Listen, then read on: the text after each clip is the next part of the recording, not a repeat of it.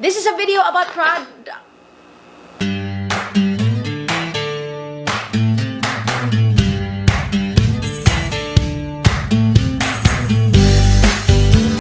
This is Charlotte, your desperately recovering shopaholic. This is a video about products that I have completely consumed to the last drop. There are no first impressions here today. None of the products are sponsored. So my opinions and feedback will be completely unbiased, completely honest, and completely brutal and savage if necessary. I'm just kidding. These are products, not politics. No need to get savage. In this way, you are able to know through my experience what products are worth your time and your money. So let's dive right in. I think I'd like to start with makeup. So we are going to start in order of the sequence it goes on your face.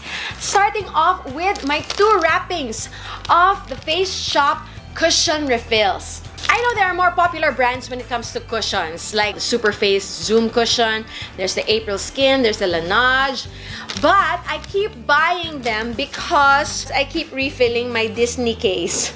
I mean, they're so cute! I don't want to waste them. If I were to be stuck on an island and I can only have one product, it will definitely be a BB or a CC cushion. We are moving on to Empties of foundation. And this is the Maybelline 24-Hour Superstay in the shade called Classic Ivory, and I have gone to 3.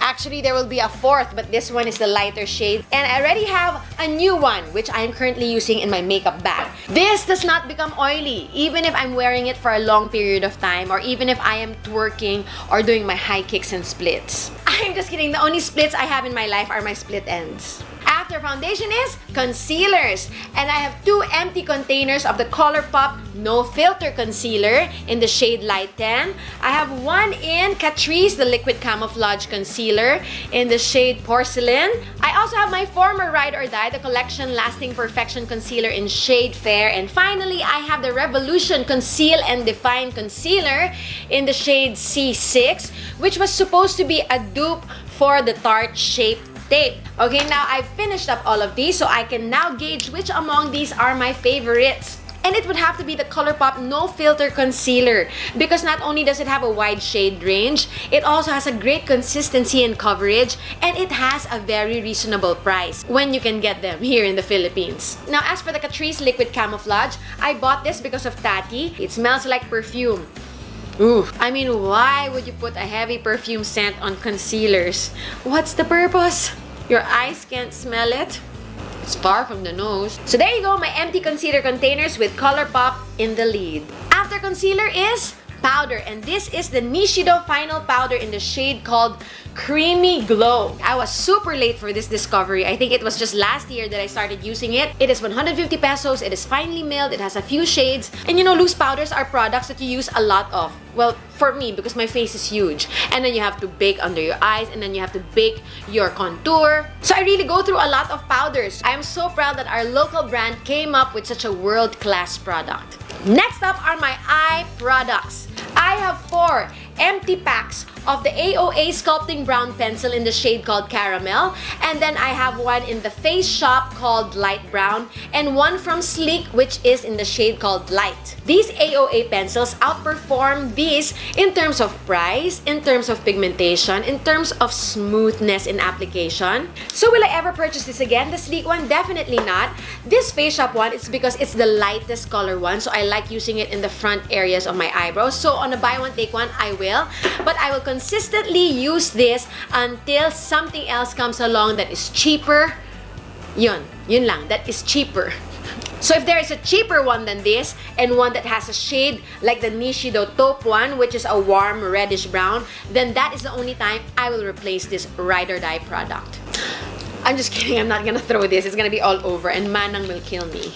After the empty eyebrow products are my empty eyeliners, and I have 3 containers of the black Nishido eyeliners, which are 68 pesos, and 1 container of the Catrice, which is I think around 200 pesos. So this Nishido black eyeliner has been my go-to eyeliner since I started working as a performer in 2003. Imagine that, 17 years of loyalty. Finally, on my eye products is the Voluminous Lash Paradise by L'Oreal, just because I just follow the hype.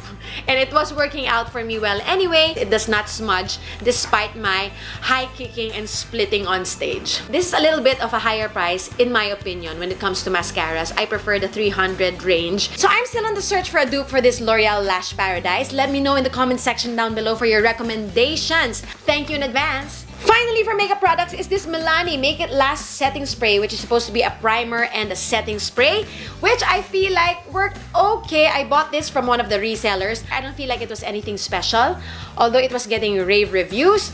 It just felt like my cheaper e.l.f. makeup mist and set, which is also empty. Oh, this is empty na pala. A few drops left, so we are not going to put that to waste. Yeah, this still has a few drops, so it cannot be included in the empties. So in Filipino culture, we can still add water to it to extend its life. Add water, ketchup, shampoo. So there you go, this Milani Make It Last, another one in the junkyard. Oh, I'm hitting my iPad. We are moving on to body products this time, and this is a very sensitive topic to talk about, but I feel like I must. A little bit on the risque side for Filipino standards, but not my standard. So, this is the Jill Gyung Yi Feminine Care Capsules. This is what it looks like inside. There is an empty sachet, not sachet. This is not a sachet. So anyway, I was sent this by Shop TV as PR. Under no obligation to review this. Like I said, none of these are sponsored items. At first, I was so hesitant to use this because this is essentially like a suppository. So the idea of shoving things up in there was of course quite unpleasant until I mustered up the courage to try it due to the raving reviews, and there's no turning back. So anyway, I found the courage to try it because it was made of all natural ingredients. So one box or one packet will cover you for 5 weeks, and for 5 weeks, it was pretty miraculous down there. I know it's such a sensitive topic. We are in the Philippines. Suppositories or inserting tampons are such a big no-no. But if you are like me, who will shove things up there for the sake of health and hygiene, I highly recommend this for honeymooners, for those of you celebrating anniversaries. To summarize the effect of this in one word, odorless, without traditional feminine washes. You heard me right? Without feminine washes. I cannot elaborate too much without making my other viewers feel uncomfortable, so I will just link the video up here. Definitely repurchasing. Never coming back. Mwah! Next product is my W8 Real Quick Whitening Cream for my underarms, which is completely empty now, and I'm on my second jar. This has appeared on my underarm whitening video, which I will link up here. This is always out of stock because it is always in demand. So check the Facebook page of Charm Zone if they have it. Speaking of Charm Zone, I have another one that is empty, care of Charm Zone, and this is the Nutrient Cream, Charm Zone De-Age. They are currently on sale, so check it out again on their Facebook page. And this is just a generally good anti-aging cream because it is not heavy, it is perfect for those who have oily skin, and it is not acne-inducing. Lastly, for the face is this ZA Smooth Cleansing Oil, and this is my favorite makeup remover of all time. I have used Shuemura before, and this is definitely comparable in terms of removing heavy makeup, which, being a performer, I am definitely guilty of. It just melts away the makeup, even waterproof mascaras and eyeliners. I don't like using the makeup tissues because I feel like it tugs at my skin and helps gravity age me. So this one is just the perfect solution. It used to be in the Philippines until it was pulled out once again. Finally, hair products. I have 3 empty containers of hairspray. I've got 2 Dove and 1 Finesse, and I would definitely stick to my Dove Extra Hold hairspray. This is the only hairspray that is hard enough to hold curls. This is 280 pesos at Watson's, and this Finesse one is 330 pesos. This is more expensive, and this does not work as well as the Dove hairspray. So don't need to try any more hairsprays out in the market. If you need a really extra hold hairspray, this is the one. I've tried it for you already. All of them.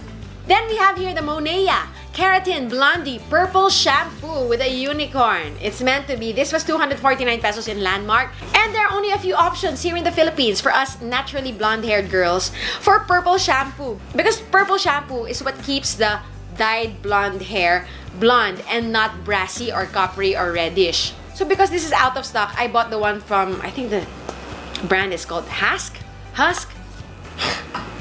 Our final product is this Pantene Pro V 3-Minute Miracle Color and Perm Lasting Care Conditioner. So this is my everyday conditioner because my hair is now officially dead.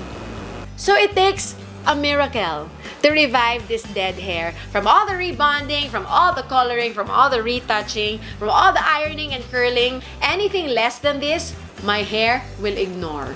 There you go, everybody. I hope you enjoyed discovering what products I consistently use in my daily life. If you enjoyed this, please slap the like button and the subscribe and share as well. Before you go, I would like to say thank you to my beautiful crocheted earrings care of Marilits on Instagram. I am doing a giveaway of crocheted earrings on this link up here, so please don't forget to join. Bye everybody, thank you for watching, and I'll see you on my next haul.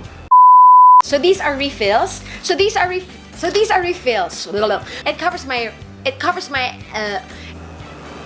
I'm just kidding. So there you go, this Milani Make It Last. Oops.